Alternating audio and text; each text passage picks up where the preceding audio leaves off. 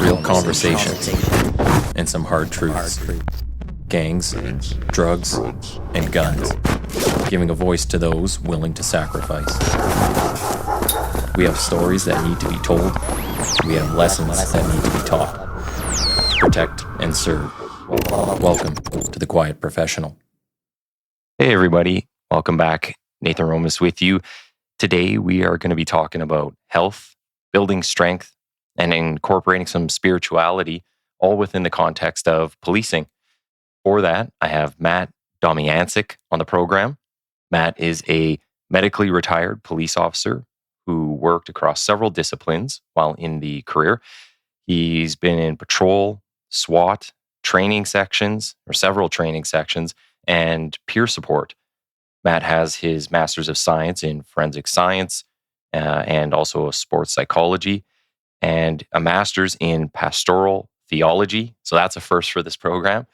Matt is now a one-man nonprofit police chaplain and also a peer support, wellness, and resiliency advocate for first responders and veterans. You can find out more about Matt and his mission at tacticalchaplain.com, which I will throw up a link to in the episode description and some of the social media after. But welcome, Matt. Thanks for having me. Appreciate the opportunity to chat. One thing I want to point out right off the bat, when you sent over some of your background, you have a Canadian connection. Yes. Maybe we can just kind of tell people what that is. So when I was little, I lived in New Brunswick for a couple of years. My dad worked for a nuclear company, and I still go to Canada on a regular basis, bear hunting. Yeah. And when I was a strength coach at Yale, a lot of the hockey players obviously were from Canada that I was a strength coach for and in ministry with. Especially one of my closest friends, Stacy Bauman, was a great hockey player at Yale and has been in sports ministry forever after his minor league career. And even at Colgate University, which I went to Air Force Academy 2 years of undergrad, played football, power lifted. I wasn't going to be able to fly, so I transferred to Colgate University. And there was a number of football players there from Canada as well that I became close friends with, including J.C. Moreau, who was a strength coach at Iowa for a number of years and now has his own private facility. So, and Canadians are down to earth and don't get caught up, or I thought so. They didn't get caught up in as much drama as us Americans, but now I've been hearing from law enforcement up there, there's a lot of craziness as well. So it kind of scares me. You know what? I've had a number of American guests on here, especially in the law enforcement realm. And the way I've described it is Americans kind of play in like these really wide goalposts. They're like 90-10, right? It's just craziness. And it can go like to the extremes. And Canadians are kind of like 60-40. And we pick up on a lot, like most of our media is American. Most of our channels are American. The content we see on Netflix. So we just ride like the American waves. So as the Americans go one direction, they just kind of pick us up and they pull us with them to a certain point. And then we stop and then they keep going and do the craziness. And then it comes back and it just picks us up and brings it back. I feel like that's how it works in my mind anyways. But yeah, no, that's pretty cool. There's so many connections there. And I was saying just before we fired up, previous guest I had on, Dr. Springer, she recommended you. So that's how we kind of connected through her. So I'm glad that she could connect us and hopefully she gets to listen to this. So give her a shout out. All right. So kind of start at the beginning with most people. Maybe just tell us a bit about you and growing up and just your direction in life, how you got to where you are today. Okay. God, that's a long story. As quick as possible. Like born around Pittsburgh, Pennsylvania, Beaver County, Pennsylvania, which is steel mill towns known for famous football players like Joe Namath, Tony Dorsett. I played against Ty Law, Mike Ditka. Oh, wow. That's where mom and dad are from. Lived in Canada for 2 years when I was very small. Then we came back to Ohio. Grew up in Northeast Ohio, small towns near Canton, Uniontown, Hartville, Ohio, where it was sports, hunting, riding bikes, outdoor sports, really a wholesome, like amazing utopian childhood compared to what like is going on now. Like we never were inside. All we did were outside with your buddies playing.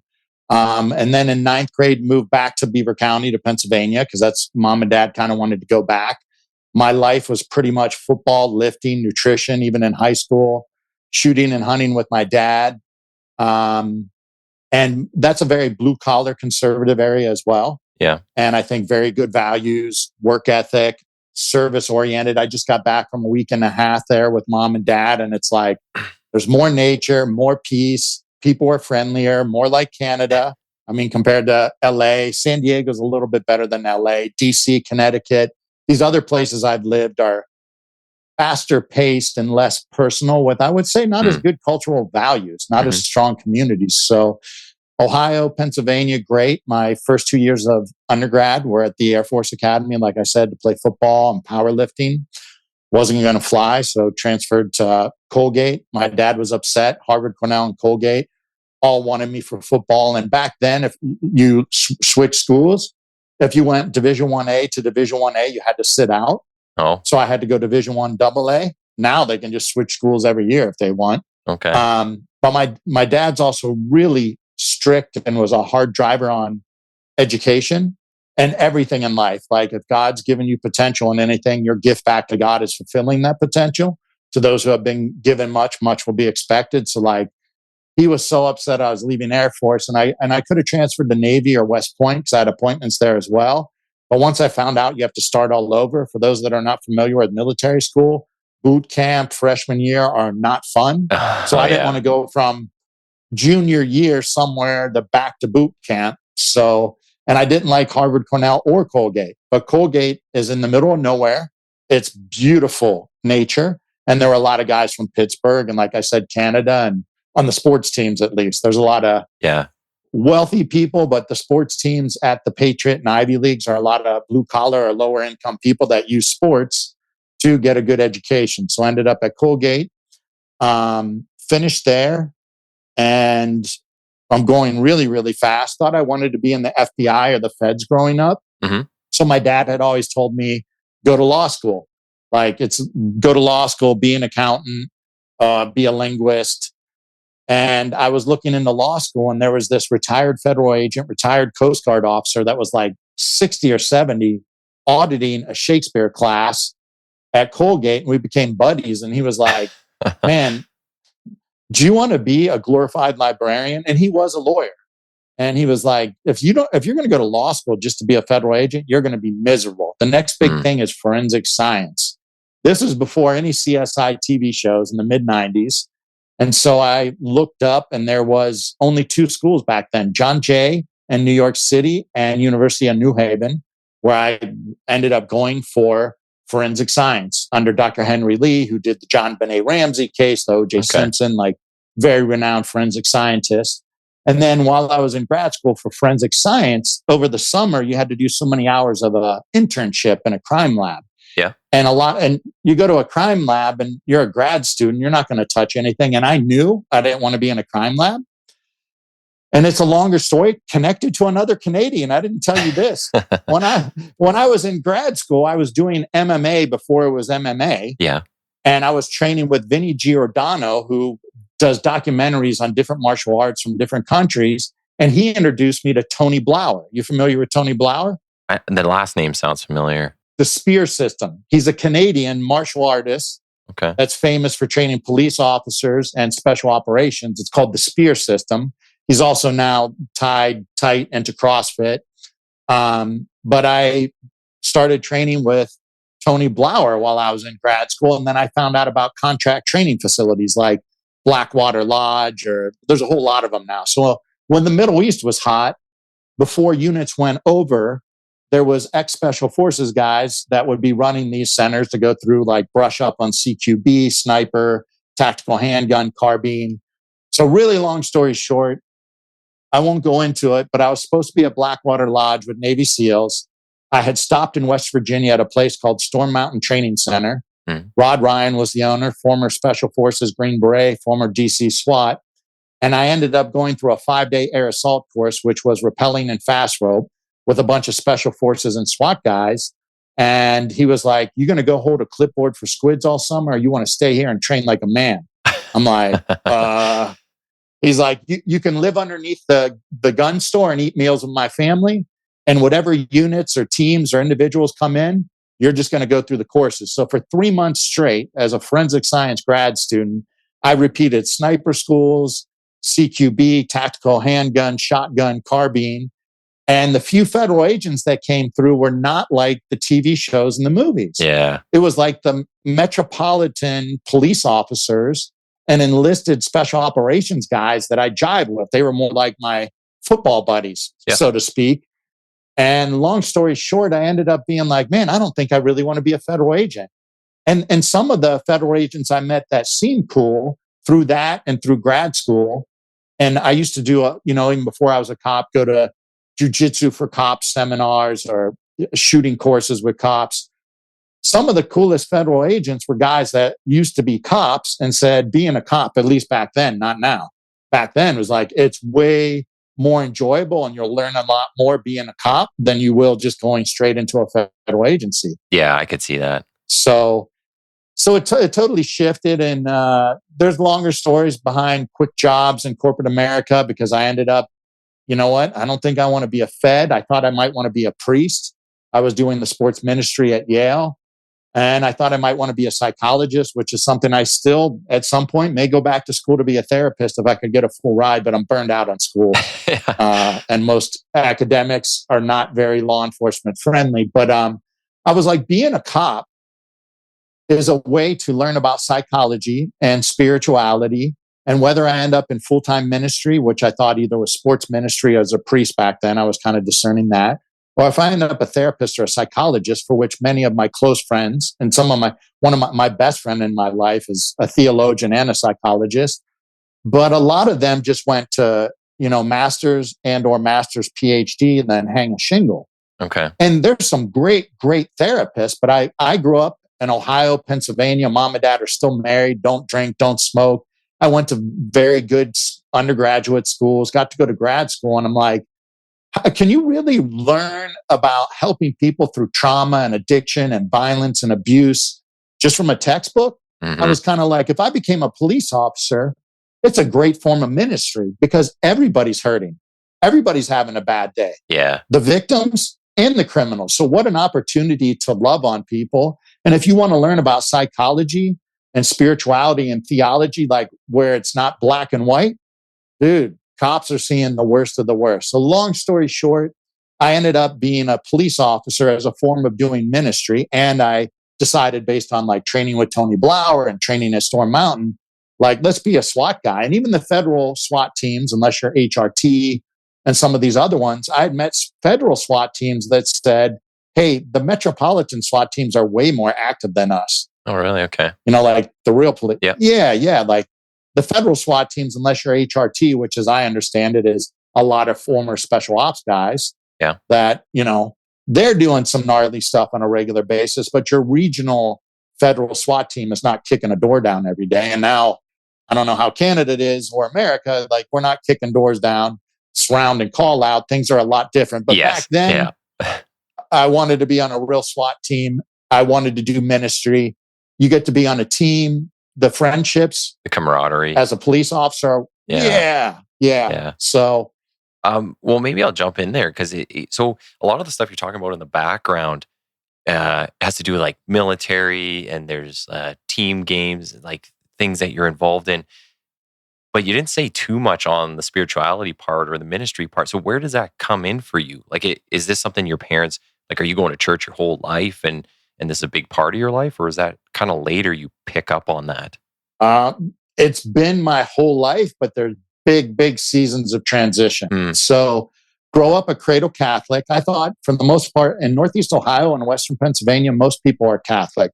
So when you hear the term cradle Catholic, it means you were born and raised, everything's Catholicism. Yeah. And you go to church on Sunday. My dad's a very prayerful, private man, not a Bible thumper at all, ethical, hardworking. I could talk for an hour about my father and what a role model he was. And he would sit in his chair every day and pray for an hour. And even when I go home now, every day, an hour in his chair, you see him. I know he's praying because when I was a kid, I'd bug him. He'd be like, hey, this is my hour for God. Then I'm all yours. And now when we're sitting in the woods or driving to the mountains to the biggest gun store in PA, that's one of our little ritual things. Every once in a while, I see him kind of bow his head and I know he's praying.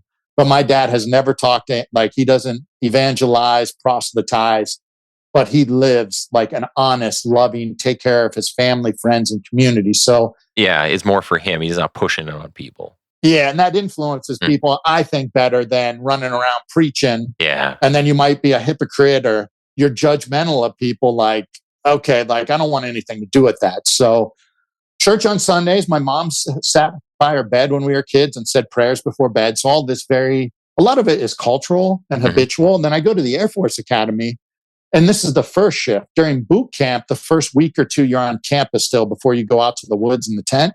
And they teach you how to march and yes, sir, no, sir, sir, ma'am, may I ask a question. And they'd let you go to church for a half hour after dinner or go get yelled at. And there's this beautiful chapel at the Air Force Academy, a very famous chapel. So I went to Catholic Mass and hardly anybody was in there. And so at night, when, I'm whispering to my roommate, like, where were you guys during church? They're like, we're Protestant. I'm like, what's that mean? And they're like, biggest difference is our pastors get married. I'm like, wow, really? That's so weird. I grew up in such a bubble. I thought everybody was either Catholic or didn't go to church. Yeah. But then I saw at Air Force at 18, a roommate was from Wagner, Oklahoma, Southern Baptist. Another roommate was from the Adirondacks in New York, was Presbyterian. I had Mormons. Everybody, not everybody, but generally speaking, I realized even at 18, wow, there's over 30,000 Christian denominations. There's all these other religions. And wherever you grew up, for the most part, and your parents will tell you, these are the rules to get to heaven. We interpret scriptures the most correct way. Yeah. And we're the right tribe and everybody else is wrong. So come to us. And I'm like, there's no way that's right. Right. And I'm not going to tell everybody to be Catholic, because I realized I don't even know everything about Catholic theology. So that was a first big shift for me to be like, wow, I kept going to church, but then I started asking questions of everybody from the different backgrounds. Fast forward at Air Force Academy, and there's a lot more to that, but I'm kind of speeding this up. So that started this exploration. Yeah. I found out, well, the first call you make after boot camp, you get one call after boot camp. I call my mom and dad, and I'm like, oh my God, there's Protestants here. Like, it's so weird. There's Mormons that don't have caffeine or candy. And my parents start laughing. Come to find out, my dad's 100% Croatian Catholic. My mom's German Irish Methodist. They almost didn't get married because in Pittsburgh back then, you had to marry your ethnicity and your Christian denomination. Oh, really? Okay. Yeah, so I had no idea. But, so I'm like, what the heck? I transferred to Colgate. There's a large percentage of Jewish people at Colgate. I had no exposure to that. And of course, there's people that are like, well, this is what we believe and we think this is right. And maybe you're going to hell because you're not whatever Christian or other religion that I am. I tore my calf. I had a good football career at Colgate, but I tore the medial head of my left calf right after a game where in 3 quarters I had 21 tackles as a middle linebacker. First game of the season of my senior year. They say I'm never going to run again. And I had quit drinking alcohol. I drank for a little bit at Colgate because at Air Force, you never got out. Like, it was like prison. So you didn't get to do the college thing, party. And I get to Colgate and I did it for a little bit, but I realized, like, this is so immature. Yeah. Like, I grew up so much at Air Force from the military school that I realized a lot of college kids are, quite frankly, like acting like idiots. Like, because you go through a boot camp, survival, evasion, resistance, escape. You go through a freshman year at a military academy. Like, it's so serious. It forces you to grow up and grow closer to people over real issues, just like you grow closer to cops over facing like the realities of life. Well, I think you're coming in with a much different perspective than a lot of people too, though. I mean, a lot of people don't have that structure, I guess, it would be the word, or the discipline coming into it. Like you're saying, there's a lot of people go through it and then they just go straight into the partying or, drinking and doing whatever else. I feel like that's a lot of what you see nowadays, where just people kind of lack discipline. They think it's just all about me, right? Like immediate gratification, those type of themes. So yeah, I could see how you're coming from a very, you got like a very defined path, or at least things have kind of been set in a way for you. So you have like that vision ahead of time. So for sure, that's what kind of comes off. Yeah. Well, yeah, sports, ethics, morality, spirituality, like nutrition. Yeah, like having goals and wanting to accomplish them, huge part of my life. I started working out hard in sixth grade, starting eating strict in seventh grade. Like I want to play D1 football, go to the military, be a federal agent. So yeah, having goals and discipline and a father that pushes you, but also with love and nourishment, super huge. Yeah. Going back to that, so I have that great game, tear my calf, and they say I'm never going to run again. Well, I started drinking with a friend of mine on the team who got popped for steroids. That's a whole other funny long story, but he was suspended that year. So I'm hurt, he's suspended, and we're both like drinking together. And I realized I'm not drinking to have a good time. I'm self-medicating. I don't understand the deeper psychology behind it, but I'm like, this is ridiculous. I'm depressed because I think I may never play football again. They didn't think I was going to heal. Mm-hmm. And if I don't heal, then I can't join the military again, or I can't be a federal agent. And I was probably clinically depressed without understanding clinical depression. And, there's longer stories to doing the drinking. And, I made out with two different girls in the same week, which maybe not a big deal for a lot of college people, but it was for me and how I was raised. And I'm like, I'm just not being like the best version of myself here. And it's all because I'm really worried that I'm never going to play football again, or I'm never going to get to be in the military or federal law enforcement. And I bought this book, and it's a longer story, but I'm going to speed it up. I got a book, How to Talk to Your Angels. It was actually like very new agey spirituality, but it had a paragraph in there that we're going to have challenges and adversity in our life. And it's trying to teach us a lesson. This is also what, fast forward to what the research is around post-traumatic growth. So bad things happen that may not be your fault. And if somebody's into theology, there's a book by a rabbi that's very famous. It applies to Christians as well. When bad things happen to good people. Yeah. And it goes through all the dumb things religious people say when you're hurting or suffering with good intentions, but it's not helpful. But I was reading this book and it said, you can push things away. We can compartmentalize. We can self-medicate things that are painful, confusing, or frustrating.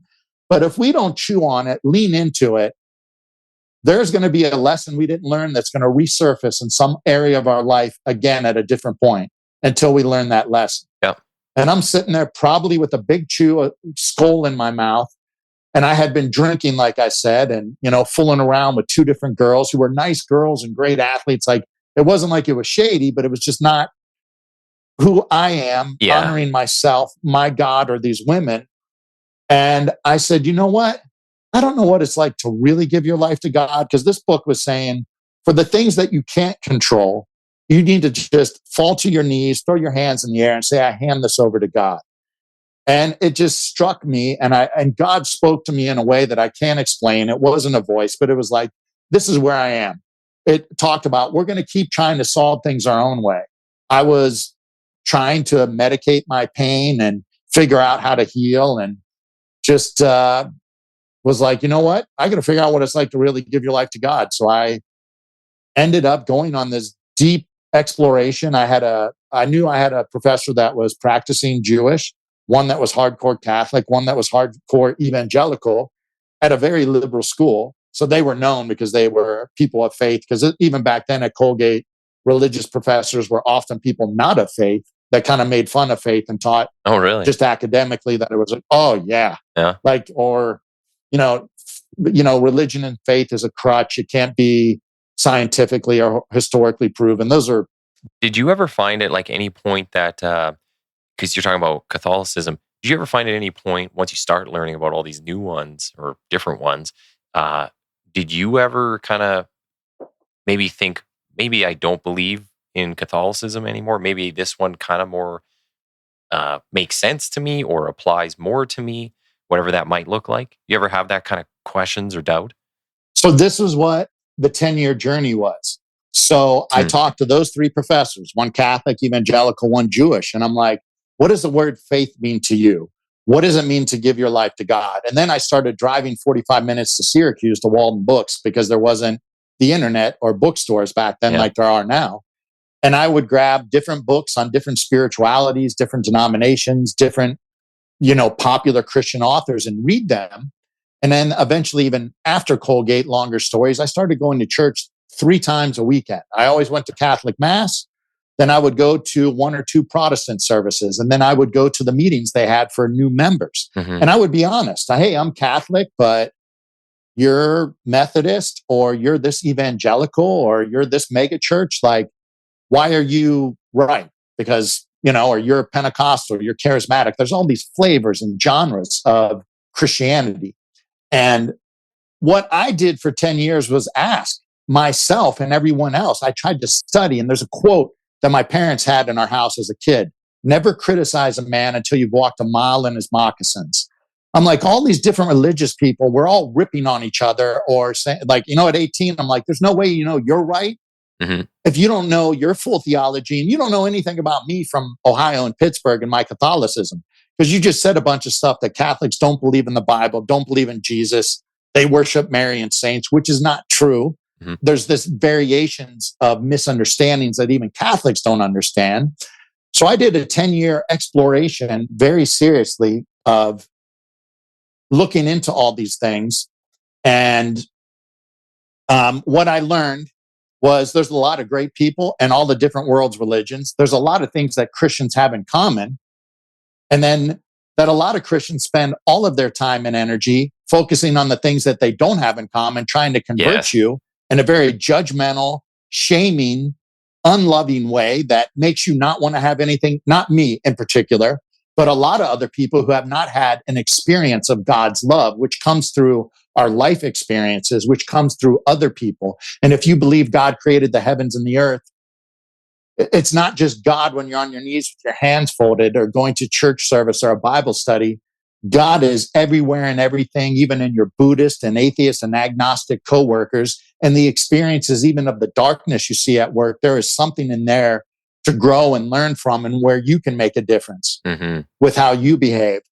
So we spend a lot of our time, generally speaking, about religiosity or churchianity, intellectually interpreting scriptures literally, which not all scriptures should be interpreted literally. And you have to take it as a whole of all of scriptures, because there are contradictions in scripture. And these are deeper conversations as well. But there's a lot of things that we have in common. And we spend all this time worrying about seeing some white bearded guy in a throne in the sky on the day we physically die, worried about defending and protecting my ticket to heaven over your ticket to heaven, versus loving on each other, caring about each other, and learning about each other, if that makes sense. And I went really fast for a lot of different topics that could dive into different areas. No, 100%. I think you're speaking to you're going to speak to a lot of people and hit a lot of different points here with that. One of the things I thought was interesting that you said too was like how some people are, you all have a lot in common, but you're focused on the things you don't have in common. And when you start hating on each other, it's like, wasn't that kind of opposite of what you're supposed to be doing? So it's just kind of funny how you're doing the exact opposite of what you're supposed to. So yep, exactly.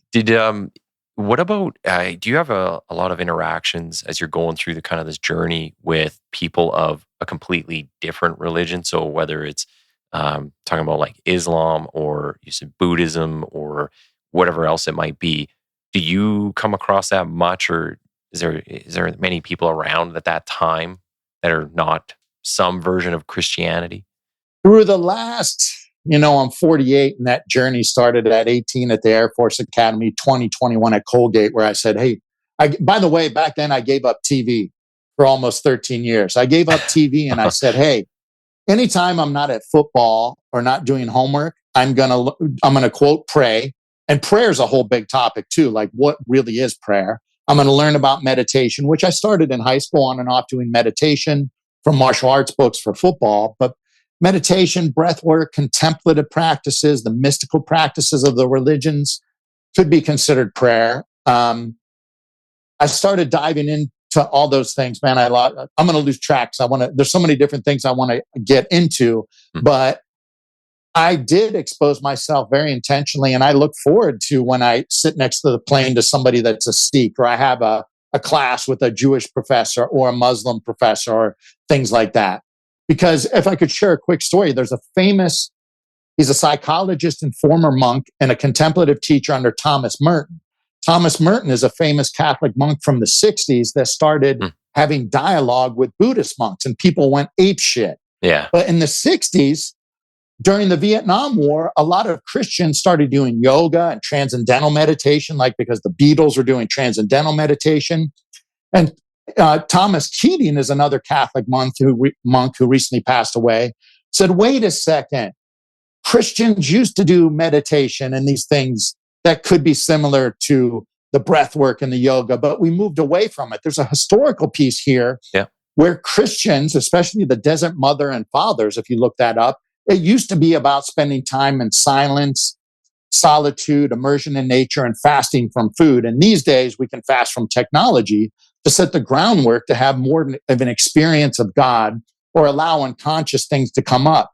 But what we had was the period of the Enlightenment, if you remember that from history class, where everything became the age of reason, that our brains are everything. And then we had the Protestant Reformation, where the churches started arguing. Like a Catholic monk said, hey, this is BS that you can pay to shorten your time in purgatory and get to heaven. But then we start having Protestants, and then the King of England wants to get a divorce. So he's like, we're going to split and make Anglican. And so every time somebody disagrees with something intellectual, doctrine, rules, or a scripture interpretation, they make a new church. Yes. So Christianity in general moved away from things that could be considered meditation. Many forms of reflective, meditative prayer and spending time in silence in nature because of the Enlightenment and because of the Protestant Reformation.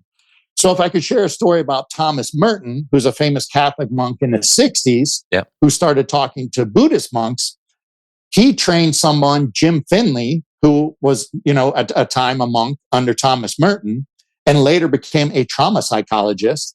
So he's an expert in contemplative Christianity, also Buddhism, because he learned about Buddhism from Thomas Merton, then dove into it after he left the Catholic Church for a while. And then he became a psychologist, went to Fuller Seminary, which is a Protestant seminary, to learn psychology. And I used to go to his meditation group in Santa Monica when I first moved here, or first moved to Los Angeles. And I didn't realize I had read this guy's books and how famous he was. But somebody got upset that he would quote Rumi. Rumi is a Muslim. He's a Muslim mystic. Okay. A lot of people quote Rumi and have no idea, and it could be a Christian that normally might trash talk or say Muslims are bad or I can't associate with yoga or Muslims. Like Rumi was a Muslim mystic. So he'd quote Rumi, he'd quote Buddhism. And some Catholic woman got really uptight and said, how can you're a Catholic. You need to just say these Catholic things. And he goes, let me tell you a story. There was a documentary filmmaker that traveled the world for 7 years to visit different aspects of the world's major religions. He would spend time with the religious groups. And after 7 years of doing this documentary with different religions, somebody said, who's right? You just spent 7 years of your life investigating it. And he said, I could take the majority of people from each of the world's religions. So we're talking Christian, Buddhist, Muslim, Hindu, Sikh, on down the line, not Christian denominations. That's a whole other thing. There's 30,000 different Christian denominations and flavors and genres itself. But he said he could take majority of religious people and put them in a U.S. football stadium, like 100,000 people. There'd be screaming and yelling and fighting. Who's right? Who's going to heaven on the day they die? Just arguments, convert, proselytize, all that. But he could take the most influential people from each of the world's religions and put them in a small conference room, and there would be quiet, reverent respect for each other. And they would be asking each other questions. How do you grow closer to your God or your truth or your enlightenment? Yeah. Let's learn from each other. How can you grow? And I respect whatever it is that you believe. Yeah. So that's the contemplative, that's the mystical traditions. And I think that's the best way to describe what my journey has been like is I've met a lot of assholes and a lot of different religious groups, and I've met the most beautiful people in all of these different religious groups and denominations. And I had to back away from pressure on myself to figure out which church was right. Because my God, if only one church is right, how lonely is heaven going to be? And am I going to have to convert all of my friends and family to go to this one denomination? Yeah. So I hope that answered the question by sharing that story. Yeah, 100%. I think it just puts things in a really good perspective that I've certainly never heard before. Um, there's a lot of themes in there.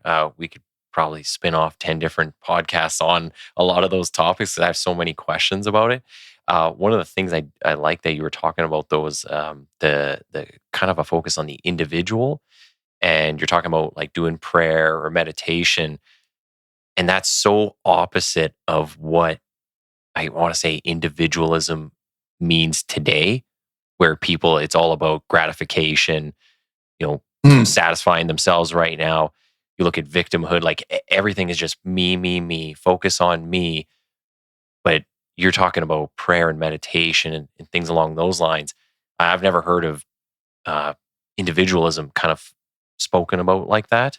Mm-hmm. So yeah, it's kind of I'm not the best with words when it comes to some of this stuff because it's pretty new to me Yeah. thinking about these things. Even when you're like talking about giving up TV, that's one of the things that I've done. Like I barely watch TV since between work, family, and running this podcast where I'm just trying to talk to as many good people as I can and learn from them, right? Like all these different perspectives. I barely have time to look at a TV. I'm always researching people because I want to know more. I want to Mm-hmm. see like, hey, how did that person get to do all these cool things in life, right? Like Yeah. how do we get on that trajectory? So yeah, no, and your answer is spot on. I think it's going to give a lot of people a unique perspective, but a different way to look at things. And the biggest thing too is asking questions. People need to get out there and ask questions rather than just screaming and shouting and saying, my point of view is right, or, you're this Mm-hmm. kind of person, especially nowadays with all the wars going on. It's very Yeah. easy to be divided. But if you just get in a room and ask people, like, you're going to find you have 99% in common, no matter what the topic is. And, that little bit that's different, incorporating that, right? And people have some different ideas. So you incorporate that. Maybe we could kind of talk a little bit about your police career too, because I want to get into incorporating this in the policing aspect because you do a lot of work with law enforcement, first responders. Mm-hmm. Can you just tell us a bit about your career? So you medically retired. I'm wondering how many years were you in policing, and then what's the medical retirement part? So I was in about 9 years. First 2 years are in Connecticut after I decided not to be a Fed. Was a police officer in 2 departments in Connecticut. And I worked the midnight shift so I could be a strength coach at Yale, Okay. pretty much full time, and doing sports ministry there. But even 23 years ago, I think it was, in Connecticut, they were already charging cops for completely legit shootings and saying they were racist. And one department, anytime we cleared leather, pulled our gun, had to do a report. You shouldn't wear frisk gloves during the day because it looks too aggressive. Yeah. It was already anti-cop in Connecticut, and there was too many rules. Don't do this, don't do that. And here I had all that tactical training and Tony Blauer and Storm Mountain. And I found myself on calls where I should be pulling my gun, going hands on. And then people from other agencies are like, what are you doing? Well, I'm worried about my supervisor chewing my ass out. Yeah. Or doing something and so I realized I was putting myself at risk like cops do now because they're scared to use appropriate force because I'm going to get an IA investigation or I'm going to get a district attorney pressing criminal charges on me or the city's going to be burning down and me and my family are going to be the ones getting a death threat and I may get fired even if it was an appropriate, legally justified use of force. Yeah. But now because of optics, things are not fair, even sometimes in the legal system. So I started in Connecticut and realized that, wow, it's dangerous. I'm putting myself at risk because there's too many rules. Also, there was no real SWAT teams in Connecticut. A lot of great cops, but no knock.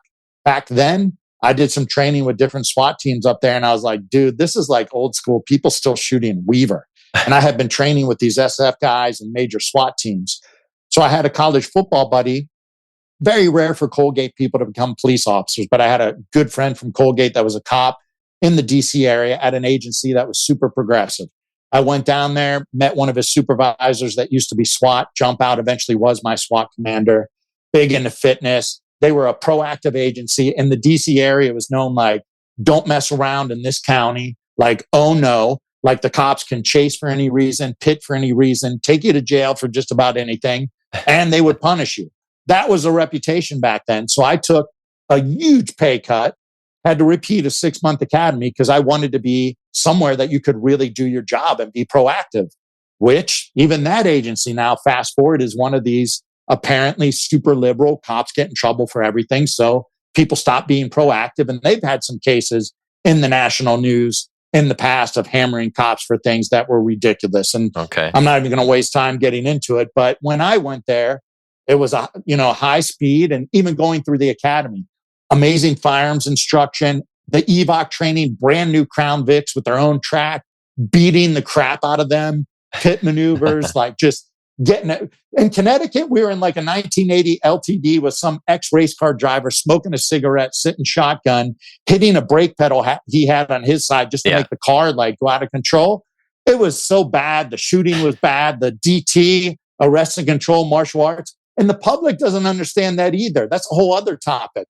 I saw in Connecticut, after training with Tony Blauer and Storm Mountain, that the shooting and fighting and scenario training, which creates training scars, when Dustin Solomon, somebody you should look into and have on your podcast about the brain science of shooting, combat shooting, Dusty Solomon, I can connect you with him. But we create training scars by, okay, now we're going to do a scenario. First of all, the motor skills aren't developed with appropriate martial arts and shooting. And then we're going to throw you into a scenario and then kill you, like make you feel bad and yell at you. It creates scars in our brains, and with the different chemicals and adrenaline being released, that's unhealthy. Like most cops, I don't know of any agency that gets enough motor skills that you're proficient in martial arts and handcuffing and combat shooting, let alone making decisions with multiple tools under stress in the dark with somebody attacking you. So I'm jumping all over the place here, but I realized even in my first academy, oh my God, most cops don't have training to handle things. This is bad. So at least the next agency I went to, the academy was fairly good, and we could be fairly proactive. So I graduated top of my class, which allowed me to pick my station. So I took what was called, the busy, fast, or ghetto station. I do my FTO and I get recruited to a patrol squad that they would never allow this anymore. But the lieutenant was somebody who had never been married, Marine Corps, long-term undercover narc. His whole life is being a cop. And it's like his nickname was the Beast, and he'd slam the table after roll call or briefing, whatever you called it.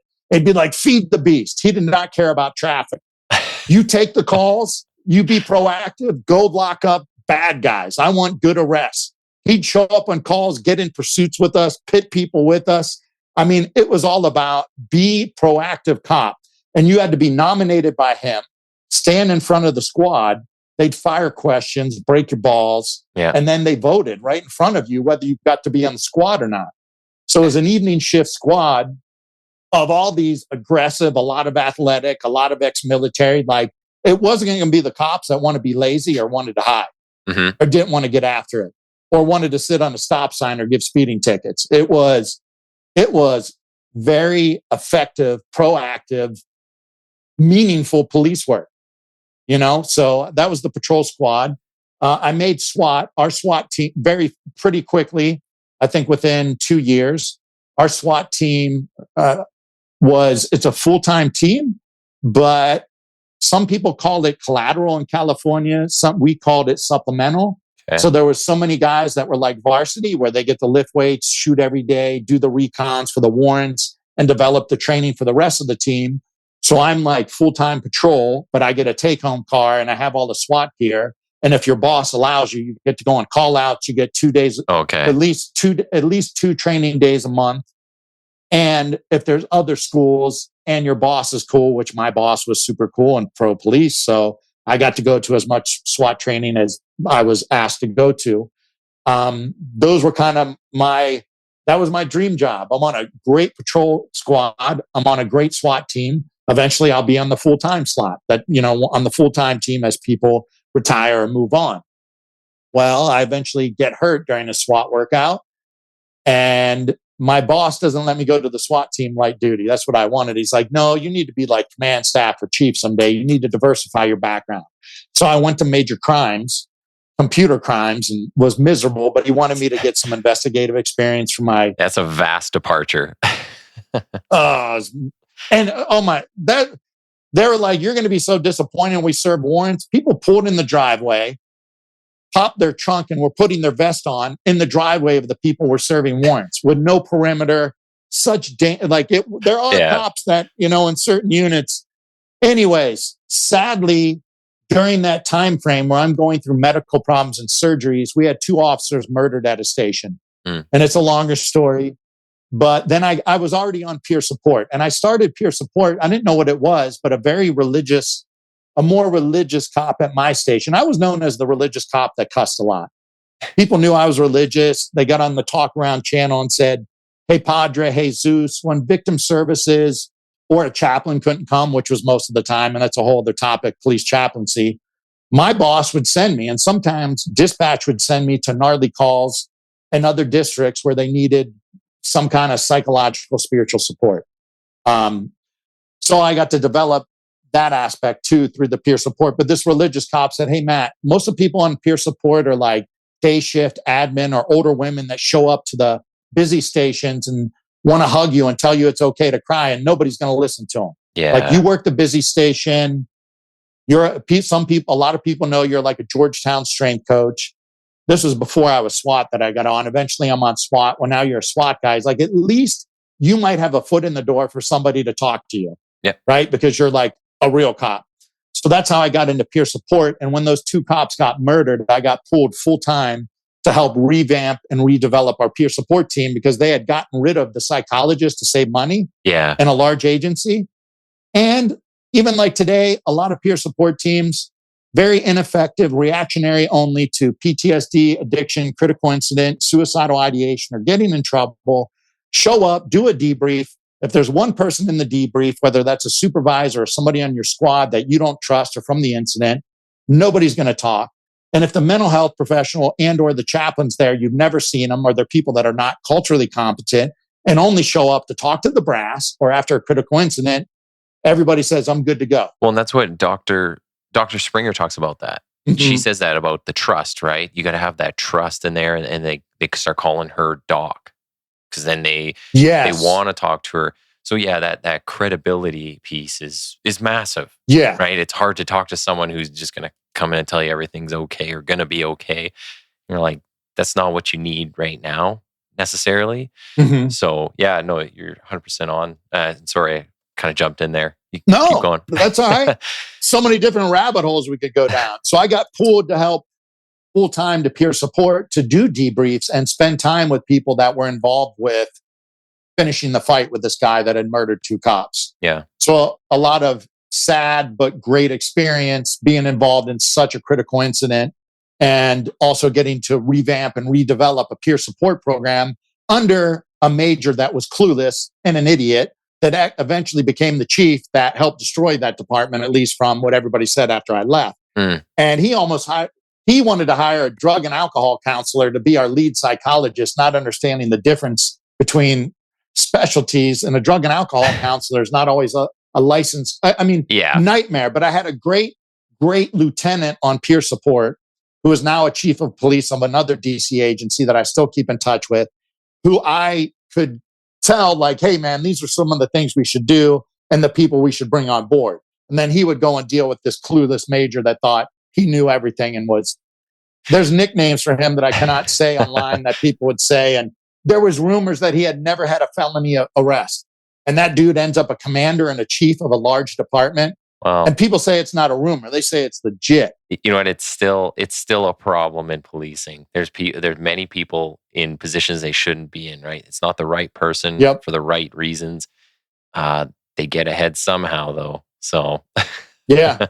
Well, we're picking people for political and management reasons. So that was a big deal. Peer support in DC, if you've heard of Police Week, I also got to every year deal with the families of the fallen officers and their children.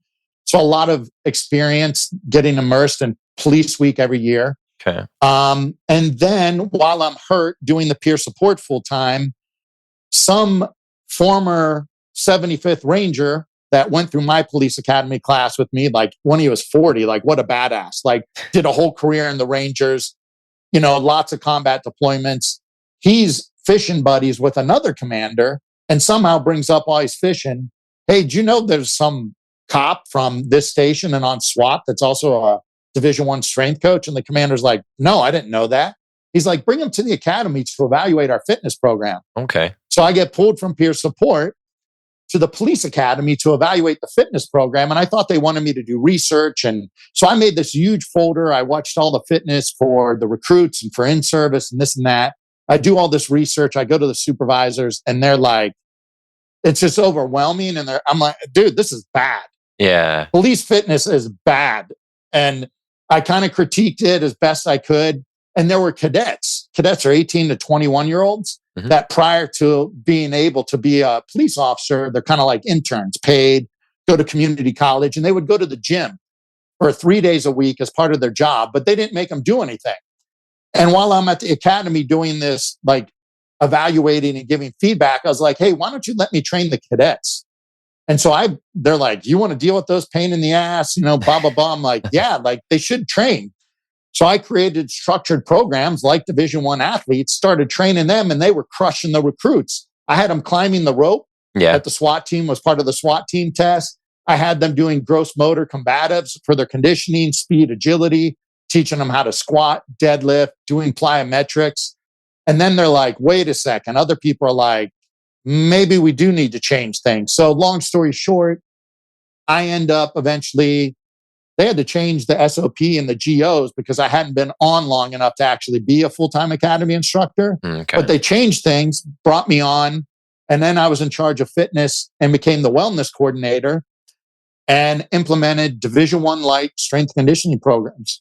One of the things you kind of, how you're talking to is there's the kind of the proactive versus reactive approach. This was in the thing that you sent me ahead of time.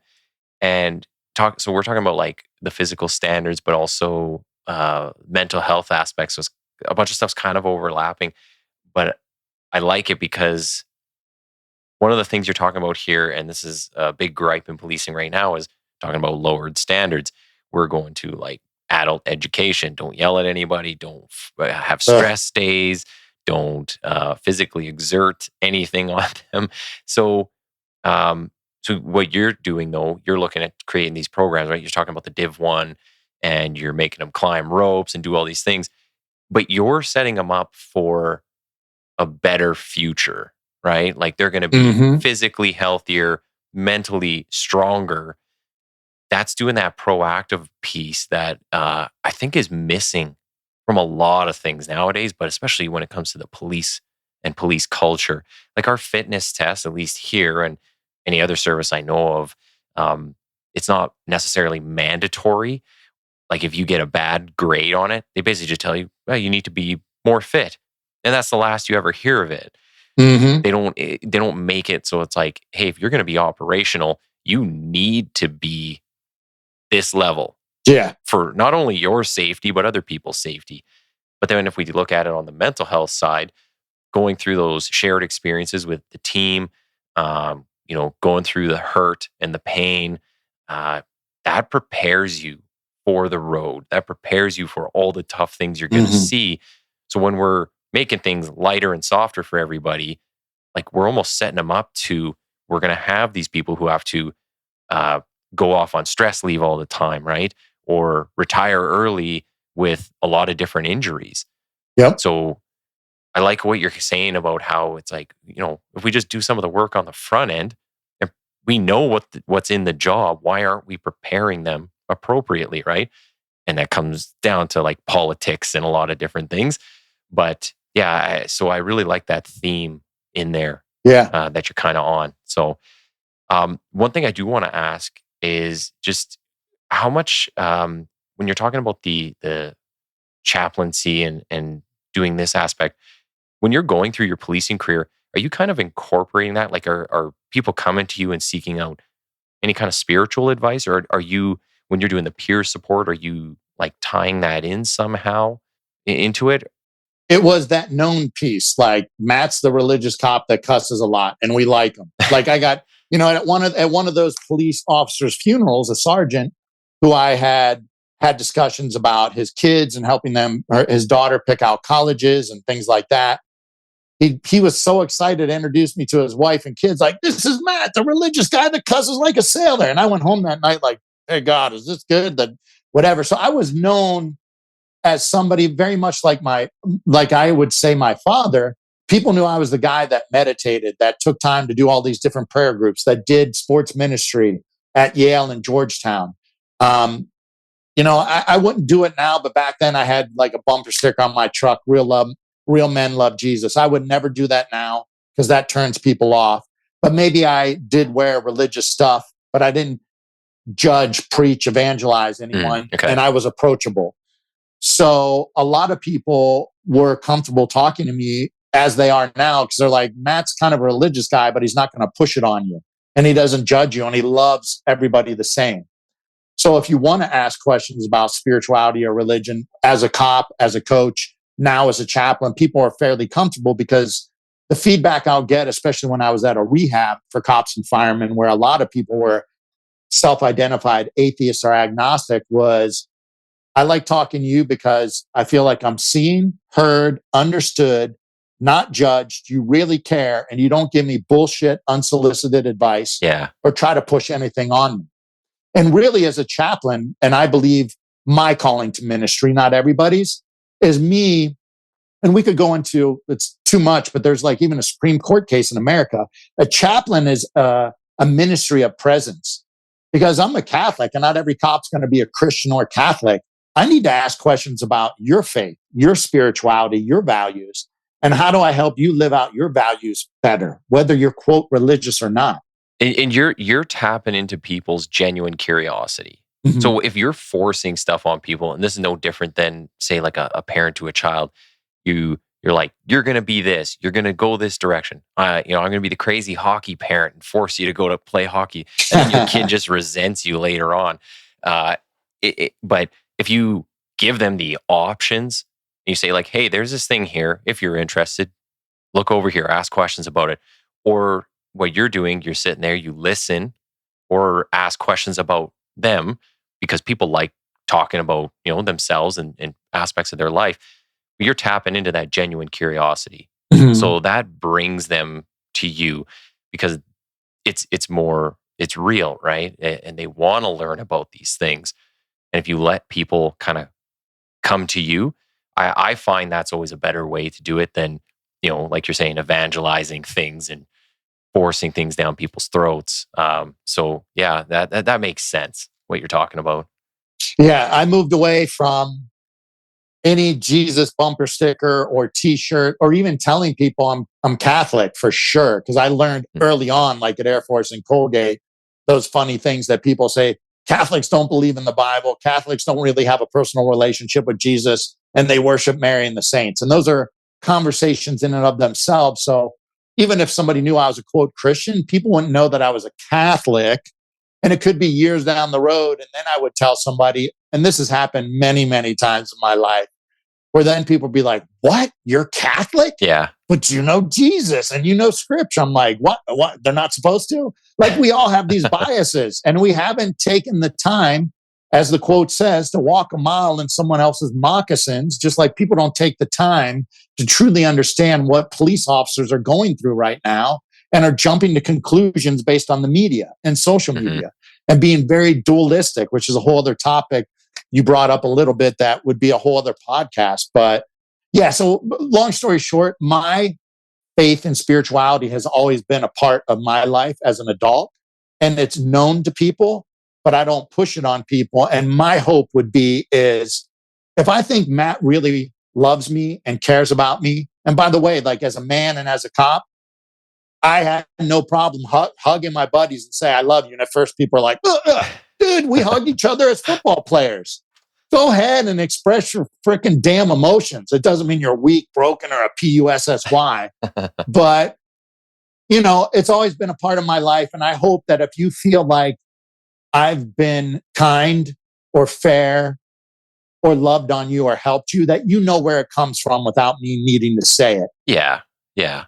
Well, and you know what?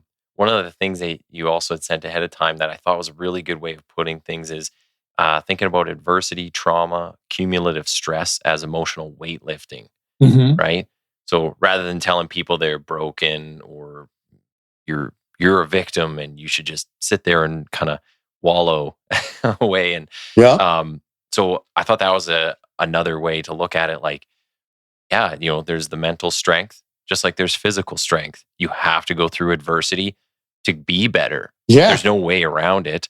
You're going to have hard times, but if you sit there and say, woe is me, and everybody's against me, like that doesn't do you any good. Everybody else is still living their life. So yeah, I mean, you're not wrong. You're 100% spot on with this. Well, there's science and research behind if you perceive things in life as a threat versus perceiving them as a challenge to overcome. If you have the victim mindset where everything's a threat or you're supposed to be fearful, you are less successful in overcoming adversity. Yeah. Challenges and obstacles will come. And anybody that wants a bigger bench press either has to do more reps, more sets, put more weight on the bar, more time under tension, change different variables. So the body has to adapt to get stronger at the bench press. You're going to have to put in hard effort to get better at any sports skill. What happens very often in life is we learn the most important lessons through, when I'm talking psychologically, emotionally, our hearts, and spiritually, which it's going to be through great love and great suffering. Yeah. And we don't always choose the great suffering. So that's somebody puts more weight on the bar, whatever it is, life, the universe, and you're going to have to, either try to make that rep and get stronger or walk away from the bench and never overcome it and never grow. Yeah. If you got, we're rated an hour, but if you got a few extra minutes, I got a couple other questions. Or do you got go? All the time you want. Okay. No, I don't got to go. I just because, man, we got so much stuff here that I'm very interested in. With all the stuff that's kind of going on right now, right from BLM to George Floyd to defund to whatever other political narratives there are out there, I imagine you find your workload is increasing, or do you have more people coming to you? You see more people saying, I'm kind of lost in this job of policing. I don't know if I want to do this anymore. And if so, what do you tell them? Well, to your last question, everybody's completely individual. There's no one size fits all prescription for fitness, nutrition, sleep, supplements, stress management, self-regulation, psychologically, emotionally, and spiritually. So everything's very individual. But obviously, the increases in people leaving the profession altogether, retiring early, lateral transfers through the roof, people losing the meaning and purpose on the job, which then leads to mental health, family, and addiction issues. I mean, yeah, everything's increasing. More ambushes on cops, more prosecuting cops, less prosecuting criminals. I don't know if you know, Los Angeles Sheriff's Department had 4 suicides in a 24-hour period this week. There's been other agencies. Oh, really? Wow. Yeah. Yeah. I mean, everything's increasing. And as far as whether people would be coming to me or not, whether it's a chaplain, peer support, or mental health professional, there's more people that need help than there's people that are doing the helping. And we say we care, but departments don't pay for psychologists to go to briefings, do ride-alongs, spend time at the station. They're overwhelmed, or there's police psychologists that are not culturally competent, or they're police psychologists that are just contracted that you call on the phone, or you have to jump through tons of hoops. And those hoops may be stigmatized as it is of hurting your career, getting put on the rubber gun squad and, taken off the street, or we're not going to cover the cost of the therapy sessions or just give you a few therapy sessions. Yeah. There's so many hurdles and obstacles to getting therapy. So many, I don't know of any one department might pay their chaplain. So stereotypically, too many chaplains are older, out of touch clergy that never ride along, never go to briefings or roll calls, don't really understand the cops or firemen, only show up after a critical incident and then talk to the bosses. Yeah. And then get involved with debriefs. So, and peer support, if they're not either from the station or they're not the cops that are trusted because they've worked a hardcore patrol shift, investigative or specialty unit, well, the people that get in the shit, I don't know any other way to say it, the people that get in the shit a lot of the times aren't going to open up to a cop that's been day shift and the neighbor pooped on the dog's yard call type thing and school crossings. Yeah.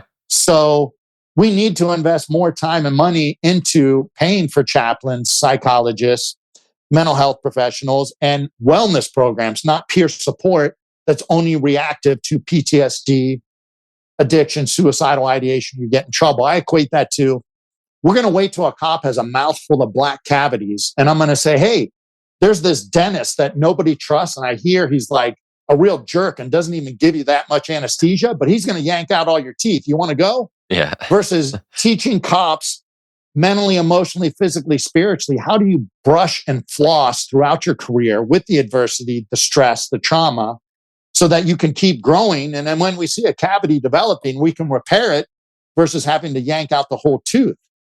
Or, there's another story of somebody that, I'll speed the story up, but like somebody's fishing and they rescue multiple people that are drowning. And if you tell the story, you draw it out more. Well, eventually somebody comes down the stream drowning and he starts walking upstream, and the crowd that watched him save the people before says, where are you going? You're not going to save this person? He goes, no, I'm going upstream to find out why in the hell all these people that can't swim are entering these rough waters. Yeah. I'm going to put up a fence and a sign and say, rough waters ahead, require swimming lessons before you get in these waters. Addressing the root cause of the problem. Yes. Yes. That's exactly, that's the thing that I think we lack the ability to do nowadays, where people just want to deal with the superficial. Mm-hmm. Just like put a Band-Aid on it or take care of this thing and move on to the next. Instead of doing the work, putting in the effort, what is the root cause of the problem? And that involves having real conversations, right? Mm-hmm. Actually talking about what's really causing this, because sometimes that's going to hurt people's feelings or whatever the case might be.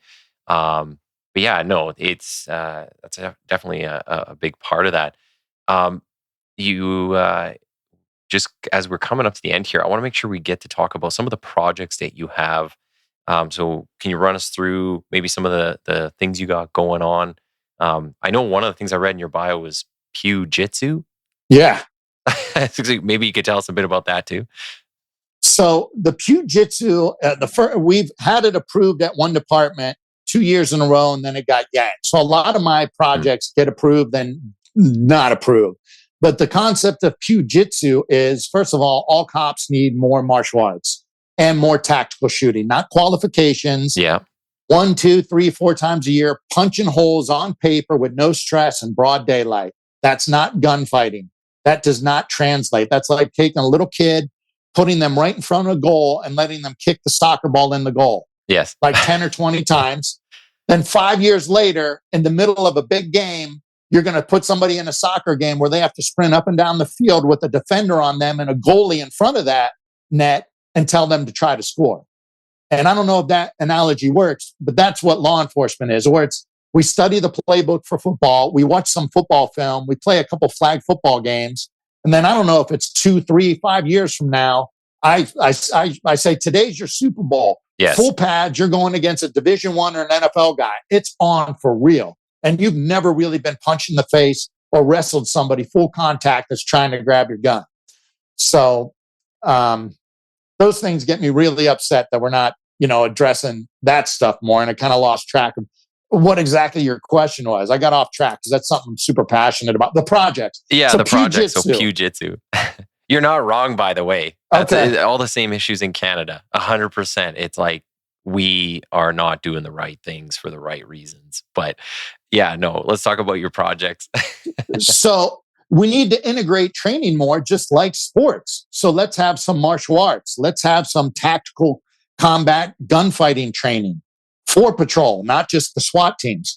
Let's integrate breath work, gratitude journaling, different forms of meditation, mindfulness, yoga, Tai Chi, Qigong. There's many forms of mindful movement, self-regulation, training the parasympathetic nervous system. And you integrate it all in the same day. Because if you just put on either elective training or pay for training like meditation, yoga, post-traumatic growth, most people or the people that need it the most aren't going to sign up. Like, let's attract people to get more of the motor skills development they need with shooting and fighting, and also teach them how to keep themselves calm in the middle of a fight, but also when they're off duty and driving home, or when they're triggered in the middle of a call, even if it's just simple breath work. So Jiu-Jitsu is the idea of integrating something as simple as breath work and yoga with shooting and some martial arts. It doesn't have to be jujitsu. I mean, some people, jujitsu is the only martial art for police work. I don't believe that either. There's no one size fits all of any of this stuff. And that's a red flag if somebody's pushing one size. So that's my idea, that if I could get more fundraising, if there's anybody out there that knows wealthy people or companies that can donate to a nonprofit, I want to do more jujitsu. I do outdoor retreats, and there's science, nature therapy, forest bathing. They do it in Japan. Yeah. Being in nature will lower your cortisol and calm your parasympathetic nervous system and do very healing things. And if you take cops away from the TV and the Wi-Fi and you take them out, even like we go to Missouri, for instance, we do clay pigeon shooting, ATV side-by-sides, horseback riding, fishing, like 5 days of unplugging and chilling out in nature. Very organically, things come up of these are things on the job that bother me. These are things that I need to go home and address with my family, my nutrition, my health, my sleep. And if you have some people there that are like veterans or other first responders as mentors or elders, or a culturally competent clinician or chaplain, or people that understand health and wellness, these retreats are life-changing. And if I could have more funding, take more cops on outdoor activity, nature-based retreats. And then I also had to speed through some projects. A psychologist was paying out of pocket. I get paid for nothing. I actually have financial problems. My pension sucks. I am going in debt and using my savings to do this because I believe so much in what I do, and the cops do deserve and need help. I had a psychologist for a while trying to get departments on board, but she paid where I'd go to a wellness clinic that had a room that I could rent of sauna and cold plunge. And so she would refer cops that had been through critical incidents, were stressed out, and were her patients or other psychologist patients. Hey, we got this retired cop, former strength coach, wellness guy. You want to go spend some time with them? They'd look at the website. We talk on the phone. Not all of them, because some people are like, hear the Chaplain thing and like, oh, hell no, I want nothing to do with that. Or anything wellness or health, right? Like, people are hurting so bad, and we've stigmatized either, quote, getting help or opening up so bad that people that need it the most won't get it. But those that did, we would, and even if I don't have the money, I work out with cops. I go shooting with cops. I go walk on the beach, hang out, get coffee, get meals. So it's not a formal come to an office and have a time limit, where they can start opening up. And if they open up, we can spend 2, 3, 4, 5, 6 hours. Because it's not like therapy where it's 1 hour. I get comfortable, then I got to shut down, then I come back in a week or two. But what we were doing at the wellness studio is the first half hour was in a room where we did sauna and cold plunge together. So do cold plunge first, explain the benefits. We sit in the sauna for almost the half hour, heat up, chit chat, let it go wherever it may go, cold plunge again. And then I would teach them breath work, very basic breath work. We'd split up and do sensory deprivation tanks. Have you ever heard of a float tank? So like Navy SEALs and professional athletes, we had it at the gym that I trained pro athletes at. I did float tank every day. And because of my experience in meditation and with neurofeedback, I understand that it puts you in a very meditative state without the training, and completely relaxes your body and allows unconscious things to come up and put your brain like in a theta state where you're relaxed, and it's very healing. We would, split up, do the float tank. And then afterwards I'd say, hey, you want to get a meal? And because of my digestive and some other issues I have from my permanent disability from surgeries with work comp that I never should have gotten and almost killed me. Those are other stories. At least in the US, you get often very crappy medical care if you even get it for on-the-job injuries. But we would go eat at an organic place because I eat like super strict, but then I could be like, hey, and your gut health impacts your mental health and your cognitive function and your immune system too. Try to integrate a little less and have a healthy meal. And usually after doing cold plunge, sauna, the float tank, it turns into a peer support or a spiritual direction chaplain type session where it would be 2, 3, 4 hours of them opening up about whatever's stressing them now. And then very often like this and my peer support chaplain working at the rehab, and people's stories start connecting to, oh, I thought it was just this call or this relationship or this injury. Now that I've started therapy or taken care of myself or even just did this with you, now I'm thinking about this that happened 5 years ago, this 7 years ago, these calls this that happened in the military, this when my parents got divorced, or this when I got bullied. And then we can start talking about what I call the misery cup overflowing and try to connect the dots for them and help them identify these are things you should go back and talk to the therapist or psychologist about. And then if they want to talk about whether I let them, I don't tell people what to do. People may ask about nutrition, meditation, fitness, sleep. There's so many things that contribute to mental health or substance abuse. So I kind of let it be organic and they guide the conversation. And if I have either suggestions, experience, training, or education, I share it. If I have, hey, listen to a Huberman podcast or listen to the Father Richard Rohr about this spirituality. Here's a good book. Give them suggestions, or what other professionals can I refer them to get help in these different areas. So that's something else that I was doing and I do from time to time, but I just don't have the funding either. The funding is like the biggest piece, but for free, any cop that wants to spend time with me can, and you can take whatever you want from my background in sports psychology, strength conditioning, tactical training, nutrition, and I can tie it all into spirituality, which we didn't even define, but to me, all of these things still are ministry and taking care of the totality of the human being, police officer that's been so dehumanized in our current culture that there's got to be people out there that let them know that they're seen and heard and that we love and appreciate them. And I wish we could do more pujitsu, more outdoor retreats, more wellness things and training cops on the parasympathetic nervous system. Like Kevin Gilmartin, Emotional Survival for Law Enforcement, like super popular book, great guy, veteran, former cop, psychologist. He identifies hypervigilance and cortisol, and he talks about working out a little bit. He identifies and makes people aware of the problem, but we don't even do enough of his type training. And he's retiring. There's not enough people out there explaining that, but we can go so much further in the proactive brushing and flossing of teeth and teaching the swimming lessons for our mental, emotional, physical, and spiritual health. And that's what I try to do individually and collectively as I spend time in the trenches, one-on-one or in small groups, riding around, hanging out at the stations, or spending time off duty with cops. Well, and actually, Gil Martin's coming up to Edmonton at the end of the month. I think it's November 28th. So I'm going to that session. So it's it's like a whole day. The service, police service here and the RCMP, I think they both kind of chipping in on it, but somebody's paying for him to come up here. I'll have to let you know how that one goes too. He's amazing in person. I've done two of those with him. He's amazing. All right. Yeah. I'll try and, hopefully I can maybe convince him to come on this show at some point.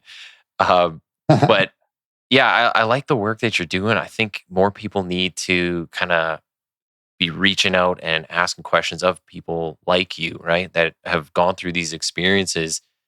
Because that's the experience is what I think gives you the biggest credibility. I mean, we could just read books and then offer our opinions or claim to be, an expert in something, but that actually having gone through it is, I don't think there's anything else that can kind of substitute for that. Is most of your stuff on your website? Like if people go there, they can see a lot of the projects?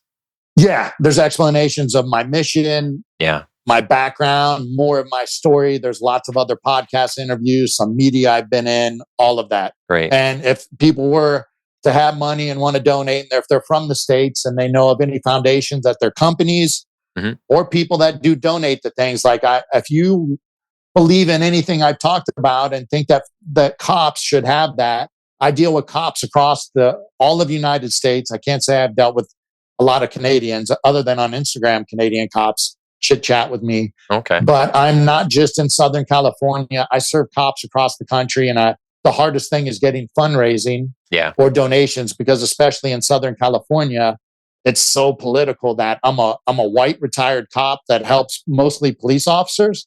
So it turns into even people that say they support the police still criticizing the police because crime is now up in Southern California. And now it's still the cops' fault. You're in a tough area, that's for sure. Yeah, California. Yeah. Well, it kind of brings us to the end of the time. I want to say thanks for coming on. I think what you're doing is very important work. I think people need to honestly better themselves in a lot of respects and take the time to not gratify themselves, but be better, do better, kind of look inward and say, where can I be of more service to others? If someone's listening that can help you out with the funding, I mean, even better. So we'll see if we can help you out on that. And I appreciate you coming on the show, and we'll look to get you back on because there's a lot of other questions I do have. I would love to be back on because there's things about service to others and community that is so important and backed by science as far as healing and growth that we didn't even get into. And even what you said about influencing others, I have a story about a retreat. I used to put retreats on with some colleagues on Orca Island off the coast of Washington, little cabins on the ocean, and a firefighter and I had a conversation on the plane ride back to LA. And he's like, all these things in this retreat, I'm going to go teach my family. I'm going to go teach the guys at the firehouse. And I had forgot what I told him. But the next year we're on the plane ride out. And he goes, here's my notebook from what you told me what to do. And it said WOYOSF. Wow. He goes, here's a whole notebook of what I've done in the last year, Matt, based on what you taught me. I said, I didn't teach you that. Maybe Dr. Bucknell did. He goes, yeah, we're on the plane. And I told you I was going to go teach everything from the retreat to my family and firehouse. And you go, hey, work on your own shit first. Get your own WOYOSF. Work on our own stuff first. We can only know others as deeply as we know ourselves. Pain that is not transformed is transmitted. If you don't heal what hurt you, you will bleed on others that did not cut you.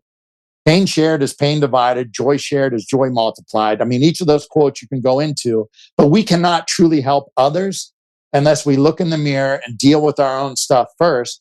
And we're, like you said, if we're living, walking the talk, practicing what we preach, there's a better chance that somebody might ask a question or be influenced by us. And that's not just religion. That's nutrition, working out, going to therapy, meditating, doing yoga, taking your wife or girlfriend out more and more time with the kids. Like role model it is influencing people more than talking about it. So if you're the psych, the chaplain, or the peer support that goes around lecturing people, but they know your life is a train wreck, like you're not influential. Yeah, 100%. Well, thank you for being on the show. Hang on the line. We'll chat just after this.